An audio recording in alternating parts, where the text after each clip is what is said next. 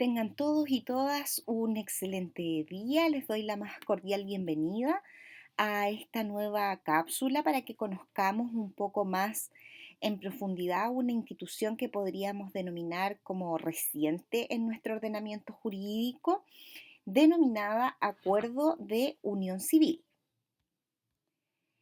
En esta ocasión, los contenidos que revisaremos es que en primer término haremos una breve introducción al tema, haremos un breve recorrido por la historia de la Ley de Acuerdo de Unión Civil para luego poder encargarnos de entregar un concepto de esta institución. Hecho todo lo anterior, podremos entonces hablar de todos aquellos pasos que se requieren para la celebración de este acuerdo y cuáles son los requisitos para que sea válido y que nazca a la vida del derecho. Ocurrido eso, entonces deberemos referirnos a cuáles son los efectos que produce la celebración de este contrato y cuáles son las formas para ponerle término al mismo. Los invito entonces a que comencemos. El acuerdo de unión civil está contenido y consagrado en la Ley 20.830, que fue promulgada y publicada en el mes de abril del año 2015. Con su entrada en vigencia se realizó en el mes de octubre de ese mismo año 2015. Es importante señalar que como antecedente introductorio al posterior desarrollo de la ley se debe señalar que esa norma legal lo que pretende es darle una solución tanto a parejas del mismo sexo como a aquellas uniones no matrimoniales que desean compartir su vida en común pero que no encuentran cabida en la institución del matrimonio. Es de esta manera que mediante este acuerdo las partes deciden formalizar una unión de hecho creándose un nuevo estado civil para ellos. Y ese estado civil es el que hoy conocemos como el de convivientes. El acuerdo de unión civil es una ley que permite que dos personas que conviven o que deciden vivir juntas puedan celebrar un contrato formalmente con el fin de regularizar todos aquellos aspectos jurídicos propios de una vida afectiva que se lleva en común de manera estable y también permanente. Este acuerdo que suscriben los convivientes comprende efectos hasta su posteridad. De esta manera se han creado derechos sucesorios entre ellos. La posibilidad de que uno sea a carga del otro, la opción de solicitar una compensación económica por parte de aquel conviviente que, por dedicarse a la vida familiar, pospuso su desarrollo profesional y considera también la opción de declarar el bien raíz que sirve de residencia principal a la familia como propiedad familiar.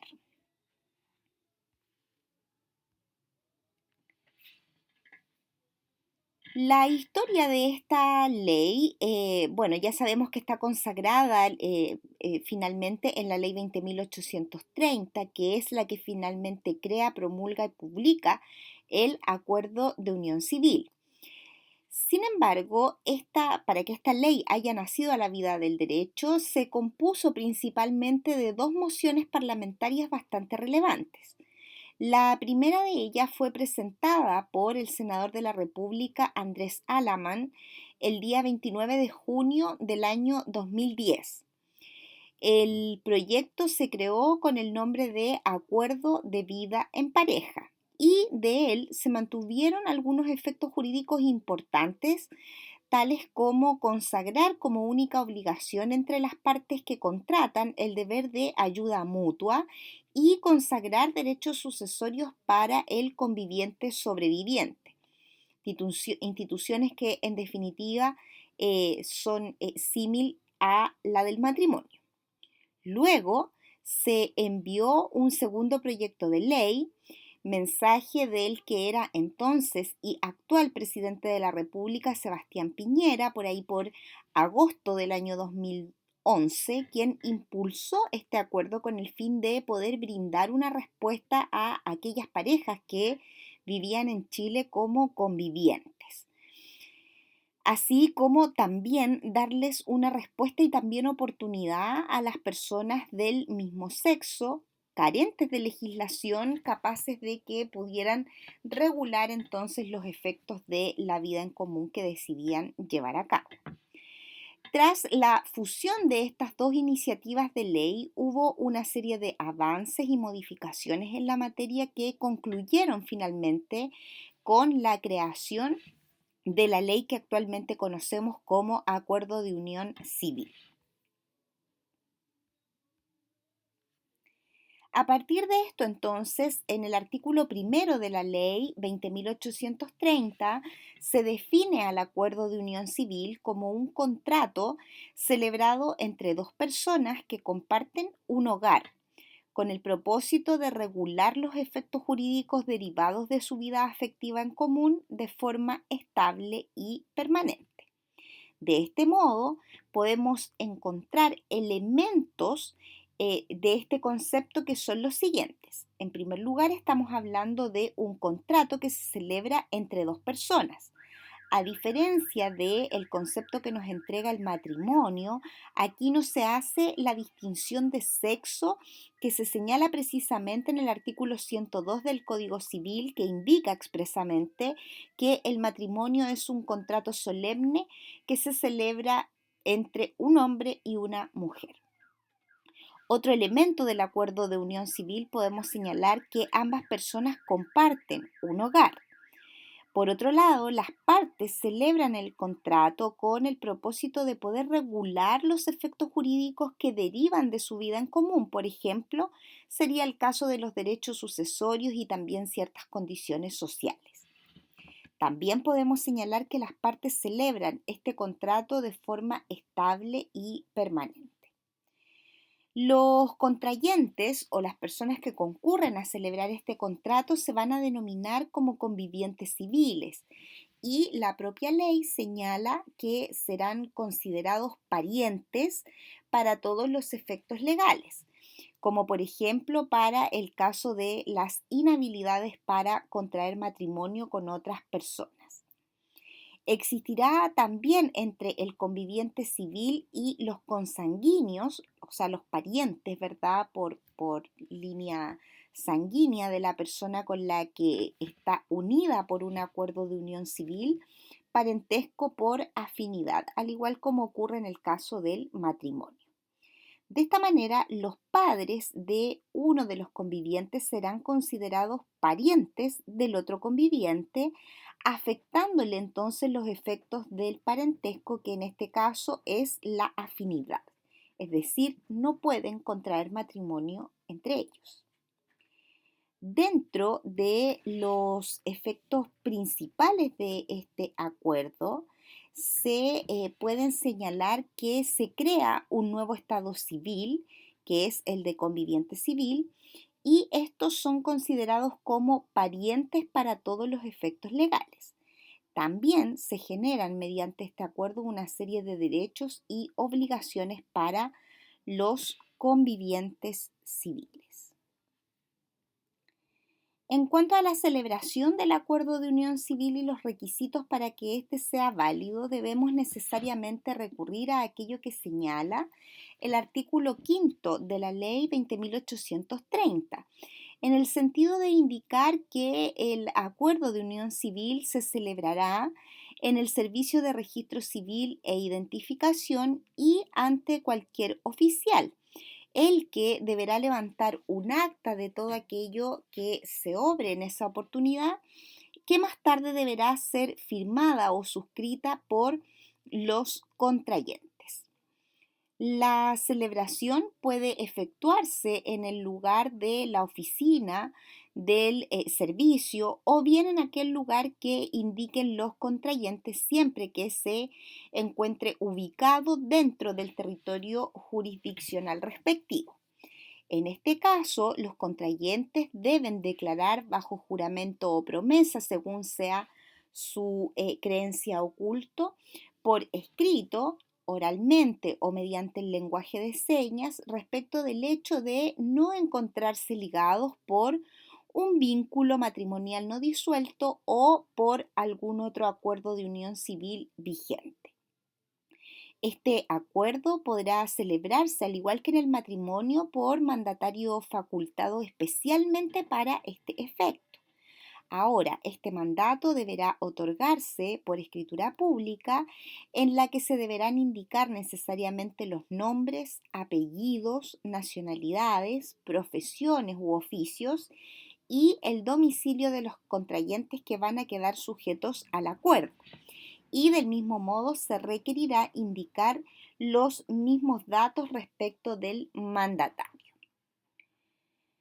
En cualquiera de los casos celebrado el acto, se debe proceder a hacer la inscripción del acta que fue levantada por el oficial del registro civil, la cual se inscribe en un registro especial que se lleva en aquel servicio.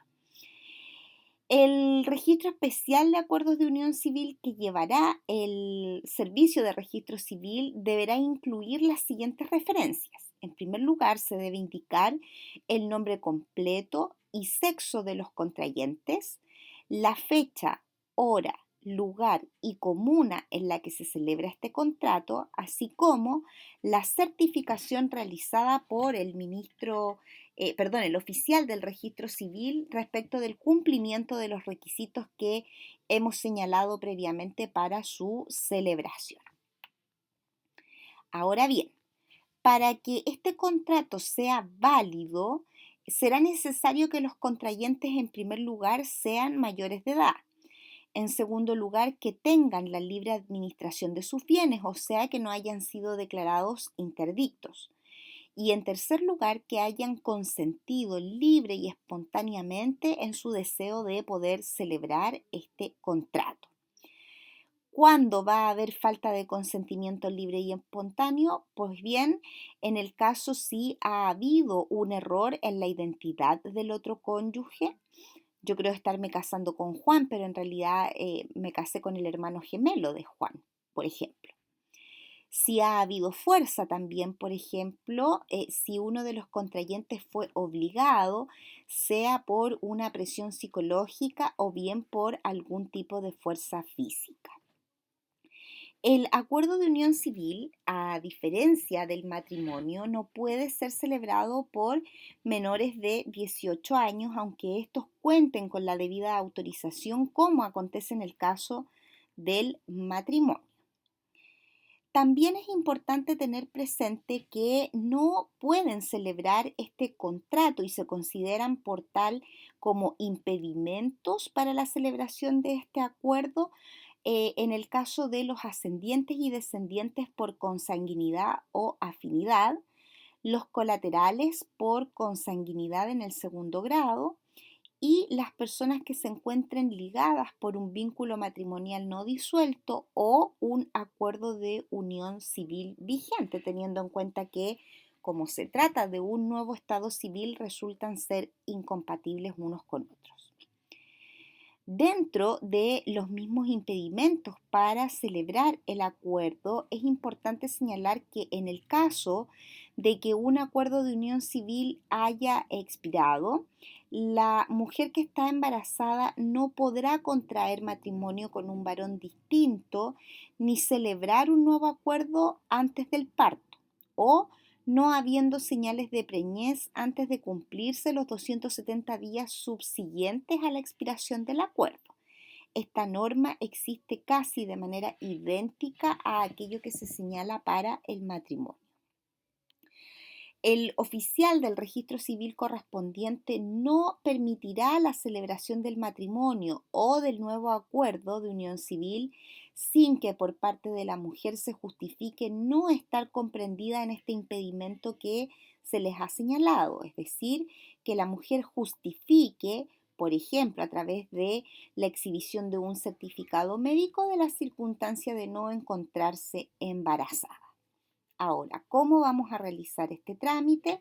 Aquellos interesados deberán solicitar una fecha y una hora en cualquier oficina del registro civil. La solicitud de esta reserva de hora para celebrar estos acuerdos de unión civil no tiene ningún costo monetario para él o los solicitantes. La celebración de acuerdo de unión civil difiere en cuanto a sus valores de acuerdo a el lugar, días y horas hábiles en que no se haga la celebración directamente en dependencias del servicio.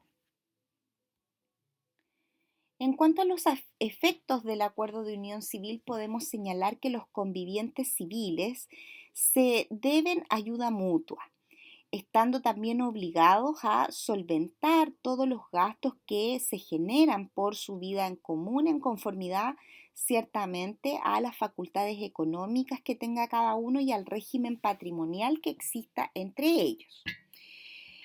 Podrán y de igual forma los convivientes civiles solicitar la declaración de bien familiar. Cada conviviente será heredero intestado y legitimario del otro y va a concurrir en su sucesión de la misma forma y va a gozar de los mismos derechos que le corresponden al cónyuge sobreviviente, es decir, de la misma manera que ocurre con el matrimonio. El conviviente civil sobreviviente tendría derecho también de adjudicación preferente que otorga la regla 10ª del artículo 1337 del Código Civil, como ocurre igualmente para el caso del matrimonio.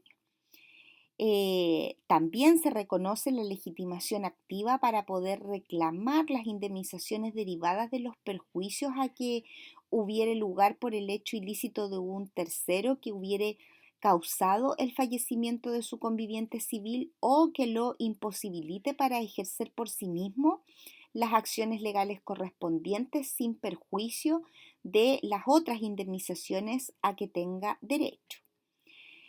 El acuerdo de unión civil que se ha celebrado en la forma establecida por la ley permite a cualquiera de los convivientes civiles ser carga del otro. Y por último, podemos señalar que el conviviente civil será beneficiario o beneficiaria de pensión de sobrevivencia.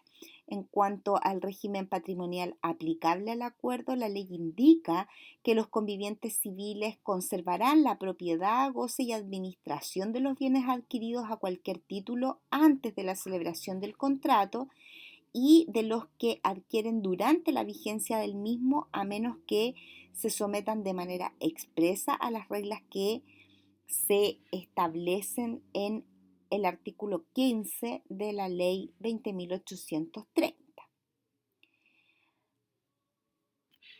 Ahora bien, la forma de poner término al acuerdo de unión civil conforme lo señala el artículo 26 de la ley tantas veces mencionada, vamos a encontrar las siguientes causales. En primer lugar, terminará por la muerte natural de uno de los convivientes civiles. También se establece el término por la declaración de muerte presunta de alguno de los convivientes civiles. También se podrá poner término al acuerdo de unión civil por el matrimonio de los convivientes civiles entre sí cuando éste proceda. Aquí viene la novedad también dentro de esta institución y es que se puede poner término por mutuo acuerdo de los convivientes civiles, circunstancia que debe constar por escritura pública o mediante un acta celebrada u otorgada, más bien dicho, ante el oficial del registro civil. También se puede poner término por la voluntad unilateral de uno de los convivientes civiles que deberá constar por escritura pública o acta otorgada ante el oficial del registro civil y por último por declaración judicial de nulidad del acuerdo que se ha celebrado entre las partes. Es importante ya para ir terminando señalar que a diferencia del matrimonio y su término por divorcio, el acuerdo de unión civil puede terminar por mutuo acuerdo de los convivientes sin que se requiera un plazo de cese de convivencia. Otra diferencia importante es que para el caso del acuerdo de unión civil, las partes solicitan la terminación directamente en la notaría sin la intervención de un tribunal de familia, a diferencia de lo que ocurre con el divorcio, que siempre deberá ser conocido y resuelto por un juez de familia competente. Espero que este tema haya sido de su agrado y les agradezco su atención. Nos encontramos en una próxima oportunidad.